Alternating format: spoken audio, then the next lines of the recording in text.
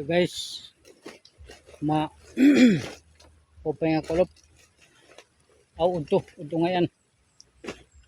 Tatag-alugin lang natin kasi maraming mga parwels na hindi nakakaintindi ng salitang wala. Ng salitang wala. So, ang naiintindihan lang nila mayroon.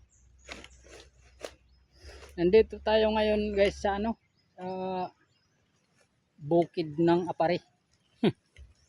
Nag-ano tayo, nagkakaingin para dugtungan natin yung nakaraan nating kinaingin. Doon yun. Kasi malapit na ang tag-init. Para pagkatapos madali na masunog natin. At iihapin natin ito hanggang 7 na buwan at saka pwede nang kuhain ang kamuting bilanghoy. So guys, kaya tayo nandito ngayon kasi gusto natin nang magtanim ng ng bilanghoy. Kasi mapalapit na ang labanan ng mga ng mga sapula sa puti. At kami ay baka walang kainin kasi baka hindi sila magbaligya ng bigas. Yun ang problema. Kaya ngayon gagawaan na tayo ng habang hindi pa hinana yun yung labanan, gawa na tayo ng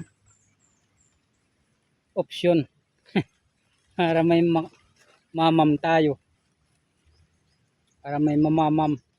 Kasi kahit pa maraming pera nila, gugutumin din sila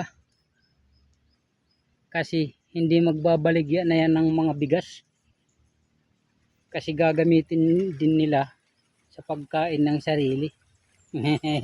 Kaya ako nandito na ngayon, nagtitikang-tikang na sa pagkaingin at para may mamam sa pagdating ng araw na hindi na sila magbibinta ng bigas. Kasi yung pera ko doon, marami na yun. Marami na yung pera ko. Ang pinoproblemahan ko lang doon yung paggasta na sa panahon ng importante ng garamitan natin. Kasi wala nang magbibinta ng bigas, pagkain. Ang kaingin kong ito ay aking hahaluagin lang para mayroon para sa mga makawat, mayroon din para sa mga naghihingi, at mayroon din para sa bumibili lang ng balinghoy. Hahaluagin ko lang lahat ko na ito, pero ang kadalasan ito ay para sa akin, para sa amin, para magkaroon ng mamam sa panahon ng labanan. Kasi baka sila doon maglabanan na doon sa itaas ng kalangitan, kasi nagpaka-idro yun, idro. Paano tayo makakabili ng mamam? Kasi wala nang magbebenta yun, kasi gagamitin na nila. Yun lang ang aking ginawa ngayong udto. Sobrang init sobrang mapaso. Ang inahampangan natin na kinaingin, sobrang mainit. Pero pinaghihirapan natin para sa futures natin ng basta lahat na mayroon yan, magnanakaw, maghihingi, at saka bumibili, at saka sa akin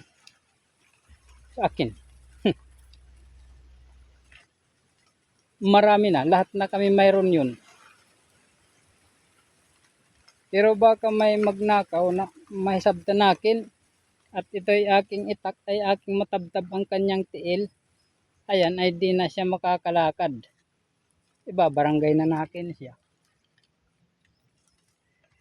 Sige guys, ngayon lang muna tatapusin natin yung video natin ngayong tikaod to na. Kasi nag-video lang muna tayo bago tayo umuwi kasi mauod to na. Ano na ang sirak? Mataas. Mataas. Mainit na pala. Lagi naman yun mataas yung sirak. Sobrang naiinitan ng aking bubunbunan kasi manipis yun ng aking hair. Ang aking hair hindi rin na manipis na.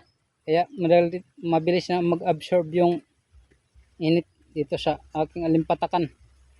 So guys, dito lang muna natin tatapusin ang video natin. Shoutout na lang sa inyo lahat sa buong mundo at sa buong Pilipinas at sa akin. Magandang udto sa inyong lahat. Goodwill. Bye bye.